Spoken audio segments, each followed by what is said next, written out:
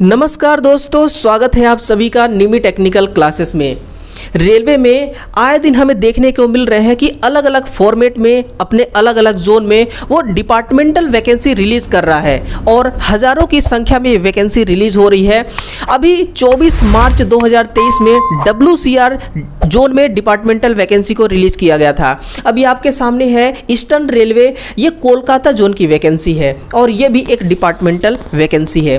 क्या होता है डिपार्टमेंटल वैकेंसी, इसका सिलेबस कैसा रहता है और कौन कौन से कैंडिडेट हैं, कौन कौन से एम्प्लॉय हैं जो इस वैकेंसी को अप्लाई कर सकते हैं, एक एक चीज़ों पर क्लियर करते हुए हम आगे बढ़ेंगे। सबसे पहले मैं बताना चाहूँगा कि GDC एक्चुअल में है क्या। तो देखिए, जो रेलवे का 100% वैकेंसी का कोटा होता है उसमें से 75% वैकेंसी का कोटा ऐसा होता है जिसको हम डायरेक्ट रिक्रूटमेंट वैकेंसी कहते हैं, जिसको हम ओपन मार्केट वाली वैकेंसी कहते हैं, जिसमें दुनिया भर के सभी विद्यार्थी उस वैकेंसी को अप्लाई कर सकते हैं। उसी 100% में से बचा 25% वैकेंसी का कोटा, जिसको इंटरनल वैकेंसी के रूप में रेलवे उसको प्रमोट करता है। जो रेलवे के पहले से रेगुलर एम्प्लॉय हैं उनको प्रमोट किया जाता है इंटरनल वैकेंसी निकाल करके, उसका कोटा होता है 25%, जिसको हम कहते हैं GDC। इसी प्रकार से एक होता है LDC, लेकिन LDC का वैकेंसी अभी मैंने नहीं देखा है, GDC का वैकेंसी देखा है, जिसको कहते हैं जनरल डिपार्टमेंटल कॉम्पिटिटिव एग्जाम्स। ये होता है आपका GDC। अब इसमें फॉर्म अप्लाई कर कौन कौन सकता है, तो इसमें मतलब कि इस वैकेंसी में वो विद्यार्थी, वो कैंडिडेट इनरोल हो सकते हैं जो रेगुलर रेलवे के एम्प्लॉय हैं। अब रेलवे का रेगुलर एम्प्लॉय होने का मतलब भी यहाँ पर मैं एक और बात क्लियर करना चाहूँगा कि जैसे कि ये कोलकाता जोन का GDCL वैकेंसी है, आप किसी दूसरे जोन के एम्प्लॉय हैं तो इस जोन में आप इस फॉर्म को अप्लाई नहीं कर पाएंगे। आप जिस जोन में वैकेंसी आती है आपको उसी जोन का रेगुलर एम्प्लॉय होना पड़ेगा। अब रेगुलर एम्प्लॉय का मतलब क्या होता है यहाँ पर, अब किसी एक विद्यार्थी का ये कमेंट भी हो सकता है, ये उसका सोच भी हो सकता है कि मैंने मान लीजिए कि 6 महीने पहले ग्रुप डी ज्वाइन किया है, तो क्या मैं इस वैकेंसी में इनरोल हो सकता हूँ, फॉर्म अप्लाई कर सकता हूँ। तो मेरी बात को ध्यान से सुनिए।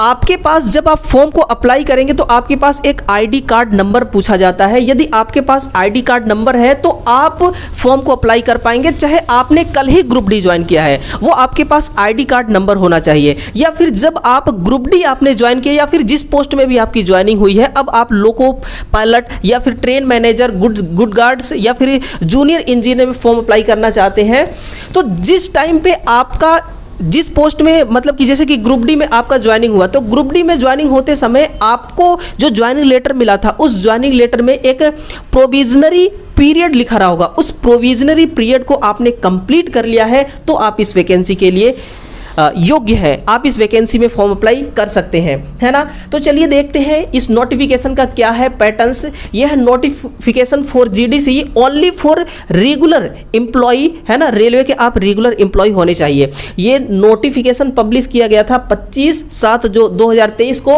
और ओपनिंग यानी कि इनका वेबसाइट ओपन होगा 30 जुलाई 2023 को और 30 अगस्त 2023 तक इनका लास्ट डेट रहेगा, है ना।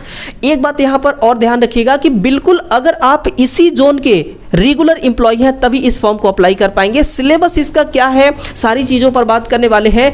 इसमें देखिए, इस नोटिफिकेशन को रिलीज करने से पहले ही इन्होंने एक और नोटिफिकेशन दिया था। वो नोटिफिकेशन मैं आपको दिखाया था कि 3 कैटेगरी में वो वैकेंसी रिलीज करेंगे। पहला है ALP टेक्नीशियन, तो फर्स्ट ग्रुप में ALP टेक्नीशियन को रखा गया है। और देखिए टेक्नीशियन, जैसे कि टेक्नीशियन 3rd टेलीकम्युनिकेशन में टोटल 21 पोस्ट है और इसी के साथ में देखा जाए तो आपका टेक्नीशियन 3rd सिग्नलिंग में टोटल 17 पोस्ट है।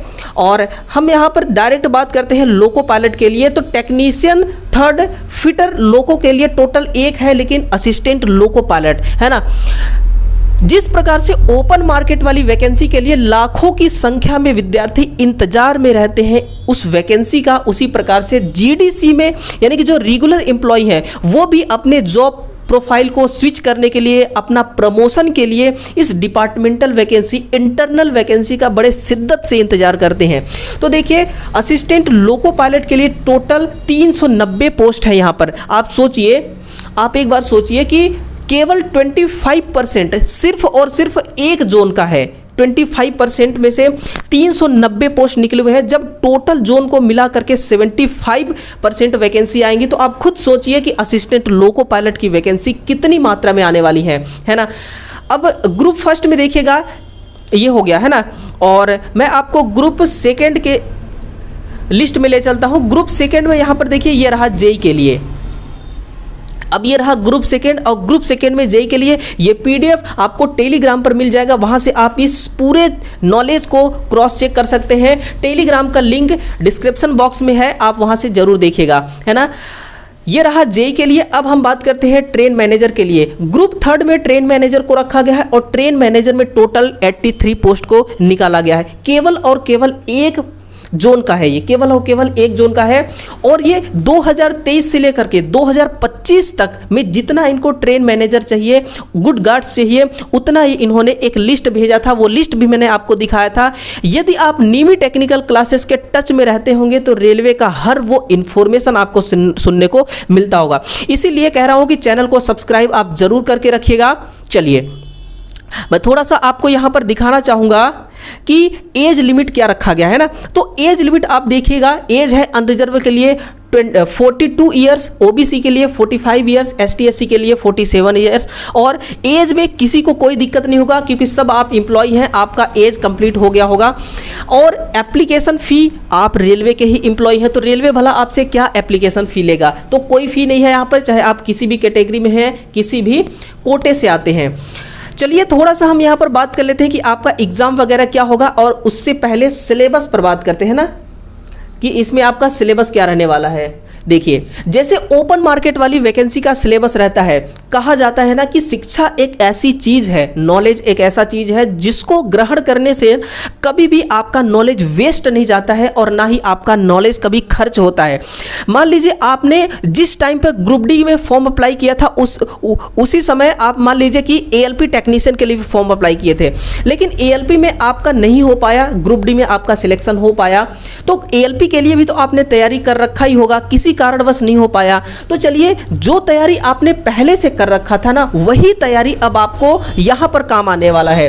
पार्ट फर्स्ट में जिस प्रकार से मेंस में होता है, एएलपी के पार्ट फर्स्ट में टोटल 90 मिनट का समय मिलेगा और यहां पर टोटल क्वेश्चंस होंगे 100। पीडब्ल्यूडी कैंडिडेट्स को 120 मिनट मिलेगा।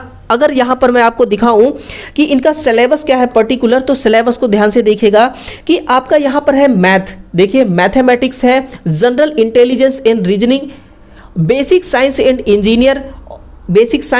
इंजीनियर, और इसी के साथ में देखिए ये रहा आपका जनरल अवेयरनेस। पार्ट फर्स्ट जो है यहीं से आपका फाइनल मेरिट लिस्ट बनेगा। पार्ट बी जो है केवल और केवल क्वालिफाइंग मार्क्स का है। यहाँ पर लिखा है this part is qualifying in nature and shall have questions from the trade syllabus, है ना। जो ट्रेड का सिलेबस है ये आपको कहाँ पर मिलेगा, ये इन्होंने सीधे सीधे बता दिया भाई कि जाओ GD director general of employment यानी कि डीजीईटी का जो आपका आईटीआई का सिलेबस जहां पर मिलता है वहां पर जाके ढूंढ लीजिए। लेकिन वहां पर जो चीजें दी गई हैं वो एक्स्ट्रा चीजें दी गई हैं, उतना आपको नहीं पढ़ना है। अब इसी के साथ में देखिए कि जो आपका एएलपी के लिए जो विद्यार्थी फॉर्म को अप्लाई करेगा, जो एम्प्लॉय फॉर्म को अप्लाई करेंगे, उनको केवल और केवल सिंगल सीबीटी एग्जाम देना है। इसके बाद डायरेक्ट उनका साइको टेस्ट होगा, फिर उनका डीवी वेरिफिकेशन और मेडिकल टेस्ट, फिर डायरेक्ट ज्वाइनिंग लेटर आ जाएगा। लेकिन आप अगर ओपन मार्केट वाली वैकेंसी में एएलपी के लिए फॉर्म को अप्लाई करते हैं तो ऐसा नहीं होता है, आपको कई सारे फेज से गुजरना पड़ता है ना। हाँ, ये रही। अब ये सिलेबस किसका है, ये सिलेबस देखिए आप यहाँ से, ये सिलेबस है जेई के लिए, है ना, जूनियर इंजीनियर के लिए है। टोटल 120 मिनट का समय मिलेगा, 150 क्वेश्चंस होंगे, है ना। और टोटल सिलेबस अगर देखा जाए तो सिलेबस ज़्यादा कुछ आपको फर्क नहीं समझ में आएगा। सिलेबस देखिए, general awareness, physical and chemistry हो गया, आपका basic of computer and applications हो गया, और इसी के साथ में basic of environment, pollution control हो गया, है ना, टेक्निकल एबिलिटी हो गया। जिस ब्रांच से आप फॉर्म अप्लाई करेंगे वही आपका क्या हो जाएगा, टेक्निकल एबिलिटी हो जाएगा, है ना। सिलेबस थोड़ा सा एक नज़र देखते हैं, general awareness, physics and chemistry और बेसिक ऑफ कंप्यूटर्स एंड, वही जो मैंने आपको बताया था, टोटल 120 क्वेश्चंस होंगे। लेकिन जो आपका टेक्निकल एबिलिटी है ये 100 क्वेश्चन अकेला लेगा। 100 क्वेश्चन क्या है, अकेला लेगा। टाइम आपका ये है, देखिए टाइम है 120 मिनट, 150 क्वेश्चंस हैं। और कहाँ से किस खंड से कितना क्वेश्चन पूछा जाने वाला है, ये सारा चीज़ यहाँ पर मेंशन किया गया है। थोड़ा सा हम आगे बढ़ते हैं और आगे बढ़ते हुए बात करते हैं अब नॉर्मलाइजेशन वगैरह का। इसका तो टेंशन मत लीजिए। बाकी यहाँ पर ट्रेन मैनेजर, जिसको हम गुड गार्ड्स भी कहते हैं, ये रहा ट्रेन मैनेजर का। टोटल देखिए एग्जाम ड्यूरेशन आपका 90 मिनट, जिसमें से जनरल अवेयरनेस है, जीके और जीएस यहाँ से मिलाकर के 40 क्वेश्चन, मैथमेटिक्स से 30 question, general intelligence and reasoning से 30 क्वेश्चन, टोटल मिलाकर के 100 क्वेश्चन। अब यहाँ पर एक बात और मैं आपका क्लियर करूंगा कि भाई निगेटिव मार्क है या नहीं है। रेलवे का देखिए, वो मेट्रो हो, चाहे रेलवे का एलडीसी हो, चाहे जीडीसी हो, चाहे ओपन मार्केट वाली वैकेंसी हो, अगर रेलवे की वैकेंसी है तो ऐसा हो ही नहीं सकता कि उसमें निगेटिव मार्क ना हो, है ना। बिना निगेटिव मार्क का ऐसा हो ही नहीं सकता कि रेलवे एग्जाम कंडक्ट करा ले। तो चलिए दोस्तों, जो आपके लिए इंपॉर्टेंट था वो सारी चीज मैं क्लियर कर दिया हूं। और इसमें एग्जाम फी वगैरह कुछ भी नहीं है। फॉर्म अप्लाई करने का जो डेट है वो अभी ओपन आपका, यानी कि इनका जो लिंक है वो अभी ओपन हुआ नहीं है। ओपन कब होगा, ये ओपन होगी आपकी 30 जुलाई 2023 से और 30 अगस्त 2023 तक इनका लिंक ओपन रहेगा, एक्टिव रहेगा। फॉर्म को आप जरूर अप्लाई कीजिएगा। सिलेबस बिल्कुल जैसे ओपन मार्केट वाली वैकेंसी, यानी कि जब आपने फर्स्ट टाइम पे एएलपी के लिए फॉर्म अप्लाई किया था, उस टाइम पे जो आपने तैयारी किया था वही तैयारी अब आपके काम आने वाला है ना। इस वीडियो को अपने दोस्तों तक, यदि आपके ऐसे दोस्त हैं, ऐसे आपके मित्र हैं जो अभी रेलवे में किसी न किसी एम्प्लॉय के रूप में वो कार्यरत हैं, उन तक इस वीडियो को जरूर फैलाइए, उन तक इस वीडियो को जरूर भेजिएगा, है ना। चलिए, उम्मीद करते हैं ये नोटिफिकेशन आपको समझ में आ गया होगा। और इसी प्रकार का रेलवे का पल पल का अपडेट, रेलवे का चाहे वो डिपार्टमेंटल वैकेंसी हो, चाहे ओपन मार्केट वाली वैकेंसी हो, नोटिफिकेशन पाने के लिए, अपडेट पाने के लिए, नई खबर पाने के लिए बिल्कुल चैनल को प्यार से सब्सक्राइब कीजिएगा। और एक बार दिल पे हाथ रख के बोलिए, क्या इंफॉर्मेशन आपको समझ में आया? यदि हाँ तो चैनल को एक प्यार से लाइक जरूर कीजिएगा, वीडियो को शेयर कीजिएगा। तो चलिए दोस्तों, मिलते हैं किसी नए सेशन के साथ। तब तक के लिए आप सभी को दिल से लव यू। Thank you.